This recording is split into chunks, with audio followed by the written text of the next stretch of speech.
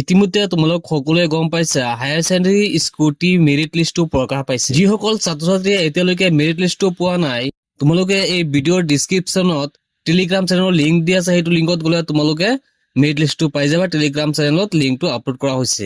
এই মেৰিট লিষ্টটোৰ লগতে আৰু এটা লিষ্ট আহিছে য'ত আলোচনা কৰা হৈছে স্কুটিৰ ইলিজিবিলিটি ক্ৰাইটেৰিয়াৰ বিষয়ে। ইলিজিবিলিটি ক্ৰাইটেৰিয়া, ইয়াৰ বাবে কোন কোন যোগ্য হয়, কোনে কোনে স্কুটি লাভ কৰিব, লগতে স্কুটি ডিষ্ট্ৰিবিউচন প্ৰচেছ, এই স্কুটিবোৰ কিদৰে দিয়া হ'ব, এই বিষয়ে এই নটিচটোত আলোচনা কৰা হৈছে। প্ৰথমে আলোচনা কৰিব বিচাৰিছো ইলিজিবিলিটি ক্ৰাইটেৰিয়া, অৰ্থাৎ কোনসকল ছাত্ৰ ছাত্ৰীয়ে এই বছৰত স্কুটি লাভ কৰিব। The students must obtain 80% or more mark in the higher secondary final examination 2025 conducted by Assam State School Education Board.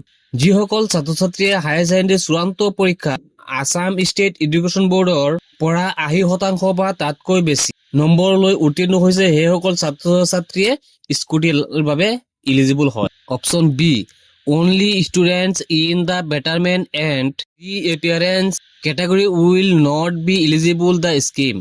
যিসকল ছাত্ৰ ছাত্ৰীয়ে বেটাৰমেণ্ট দিছে নাইবা ৰিএপিয়াৰেঞ্চ দিছে তেওঁলোকে কিন্তু স্কুটিৰ বাবে ইলিজিবল নহয়। Option C, student must be residents of the state of Assam. ছাত্ৰ বা ছাত্ৰীজন অসমৰ বাসিন্দা হ'ব লাগিব। Students admitted in institution outside in the state of also eligible provided they a valid PRC of Assam. যিসকল ছাত্ৰ ছাত্ৰীয়ে অসমৰ বাহিৰত পঢ়িবলৈ গৈছে তেওঁলোকক এইবাৰ স্কুটি দিয়া হ'ব, কিন্তু তেওঁলোকৰ ভেলিডেড PRC চাৰ্টিফিকেটটো থাকিব লাগিব।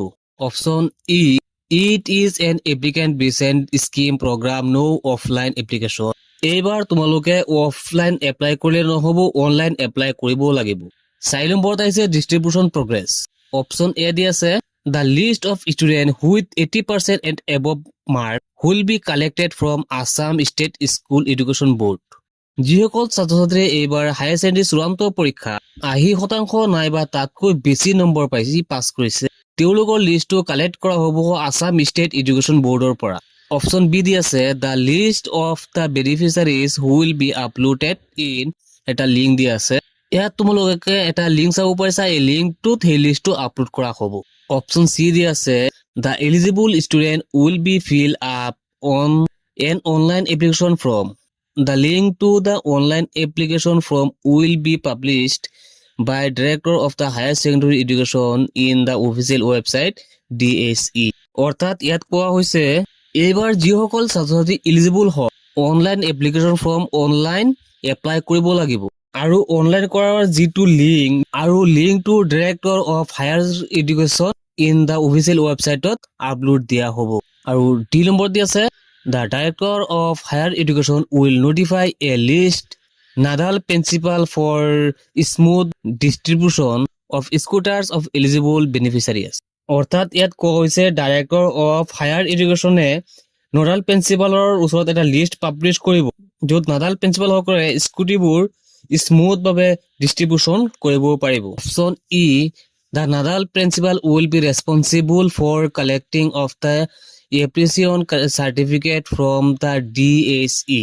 ইয়াত কোৱা হৈছে যিসকল নাডাল প্ৰিন্সিপাল থাকিব সেইসকল অফিচাৰসকলে DSEৰ পৰা এপ্ৰিচিয়েশ্যন চাৰ্টিফিকেট কালেক্ট কৰিব লাগিব। Option F, the eligible student will collect appreciation certificate from nodal principal.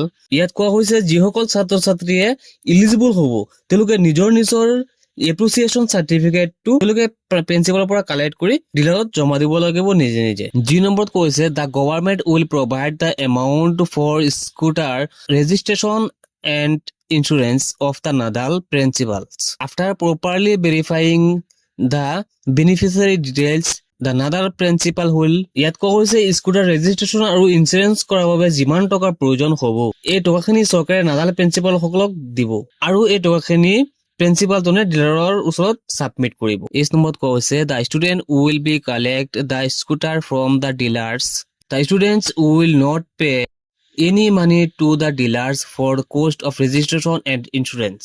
এই নম্বৰত কোৱা হৈছে ছাত্ৰ ছাত্ৰীসকলে নিজৰ ডিলাৰৰ পৰা স্কুটিবোৰ কালেক্ট কৰিব লাগিব, আৰু কোৱা হৈছে ইয়াত ছাত্ৰ ছাত্ৰীসকলে ৰেজিষ্ট্ৰেশ্যন আৰু ইঞ্চুৰেঞ্চ কৰাৰ বাবে কোনো ধৰণৰ টকা ডিলাৰৰ ওচৰত দিব নালাগে। টকাখিনি চৰকাৰে প্ৰিন্সিপালৰ থ্ৰুতে ডিলাৰত জমা কৰি দিব। ইয়াত ছাত্ৰ ছাত্ৰীসকলে এটকাও দিয়াৰ প্ৰয়োজন নাই। অপশ্যন আইত দিয়া আছে the helmet will be provide free of the cost the beneficiary student along with the scooter.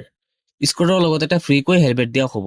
যে দিয়া আছে ইন কেছ অফ ষ্টুডেণ্টছ, যে নম্বৰত কৈছে যিসকল ছাত্ৰ ছাত্ৰীয়ে মৃত্যু হৈছে তেওঁলোকৰ পেৰেণ্টছে যদি ইচ্ছা কৰে তেনেহলে স্কুটি ল'ব পাৰিব। একেবাৰে শেষত কে অপশ্যনত দিয়া আছে the beneficiaries of the Doctor Banikanta Kakati merit award under program Bharati scheme should not be eligible for the Niyut Moina scheme. ইয়াত কৈছে যিসকল ছাত্ৰ ছাত্ৰীয়ে স্কুটি ল'ব সেইসকল ছাত্ৰ ছাত্ৰীয়ে নিযুত মইনা আঁচনিৰ স্কিম গ্ৰহণ কৰিব নোৱাৰে। ছাত্ৰ ছাত্ৰীসকলে এটাহে স্কিম ল'ব পাৰিব, যিসকল ছাত্ৰ ছাত্ৰীয়ে স্কুটি লাভ কৰিব সেইসকলে নিযুত মইনা আঁচনি লাভ নকৰে। দুটাৰ পৰা যিকোনো এটাহে ল'ব পাৰিব। এইখিনি আছিল তোমালোকৰ নটিফিকেশ্যন। বাকী যিবোৰ আছে সেইখিনি তোমালোকে চাই ল'বা। এই নটিচটো টেলিগ্ৰাম আৰু হোৱাটছএপত আপলোড কৰি দিয়া হৈছে আৰু ইয়াৰ লিংক তোমালোকে ভিডিঅ' ডিছক্ৰিপশ্যনত পাই যাবা। আজিৰ ভিডিঅ'টো এইখিনি, লগ হ'ব নেক্সট ভিডিঅ'ত।